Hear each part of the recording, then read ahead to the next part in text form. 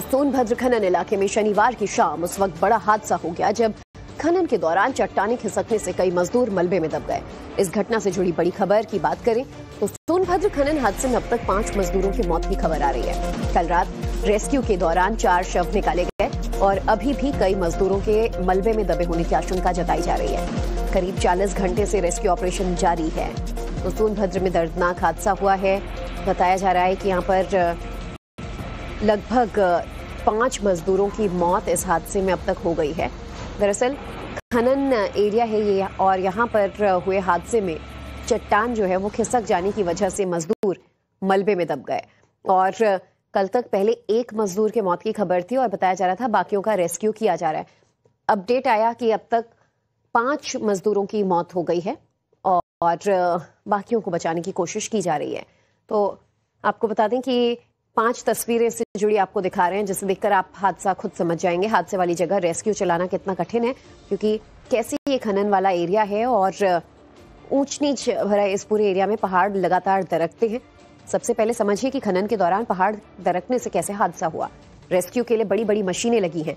जिस जगह चट्टान खिसकी उस जगह की तस्वीर देखिए। 15 से 20 मीटर ऊपर से चट्टानें नीचे गिरी। एनडीआरएफ एसडीआरएफ की टीम दिन रात एक कर रेस्क्यू ऑपरेशन चला रही है। स्थानीय प्रशासन भी मौके पर मौजूद है। रेस्क्यू ऑपरेशन पर नजरें रखी जा रही है। हमारे सहयोगी की एक रिपोर्ट आपको दिखाते हैं। सोनभद्र के बिल्ली मारकुंडी की पहाड़ियों में पिछले 36 घंटे से रेस्क्यू ऑपरेशन चल रहा है।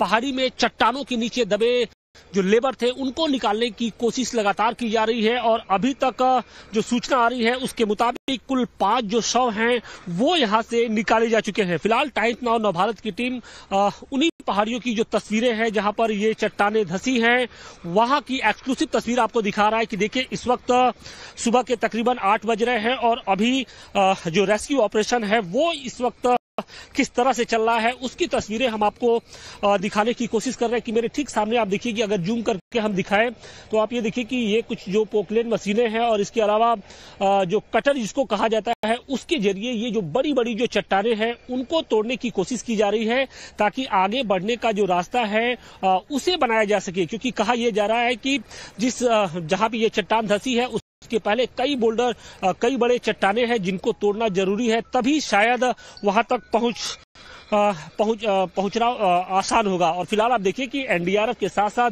जो एसडीआरएफ की टीम है वो लगातार पिछले 36 घंटे से ऐसे ही काम कर रही है। हमने देखा कि कल देर रात यहां पर एनडीआरएफ के आईजी के डीआईजी के साथ साथ जो विंध्याचल रेंज के जो जितने बड़े आला अधिकारी हैं वो देर रात तक यहां पर कैंप किए हुए थे और कोशिश ये की जा रही है कि जो भी लोग अंदर जिंदा बचे हैं उनको बाहर निकाला जाए। बता दें कि ये जो पूरा इलाका है वो खनन के लिए यहाँ पे काफी खनन होता है। कई जो खनन एजेंसियां हैं जो खदानें हैं वो यहाँ पर हैं, क्रशर मशीनें यहाँ पर चलती हैं, लिहाजा यहाँ पर इस तरीके की जो घटनाएं हैं वो होती रहती हैं और इनसे किस तरीके से बचाव किया जाए, कोई आपदा की स्थिति आती है तो उसकी भी कोशिश इस वक्त की जा रही है।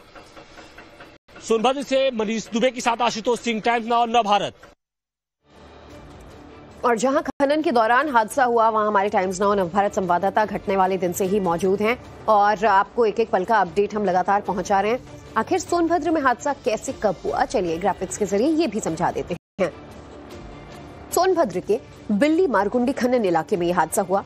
15 नवंबर को दोपहर करीब 3 बजे के करीब पहाड़ की चट्टानें दरकने लगी। ब्लास्ट या ड्रिलिंग की वजह से चट्टानें खिसकने की आशंका जताई गई।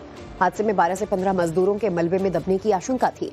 40 घंटे से चट्टानों को काटकर रास्ता बनाने का काम जारी है।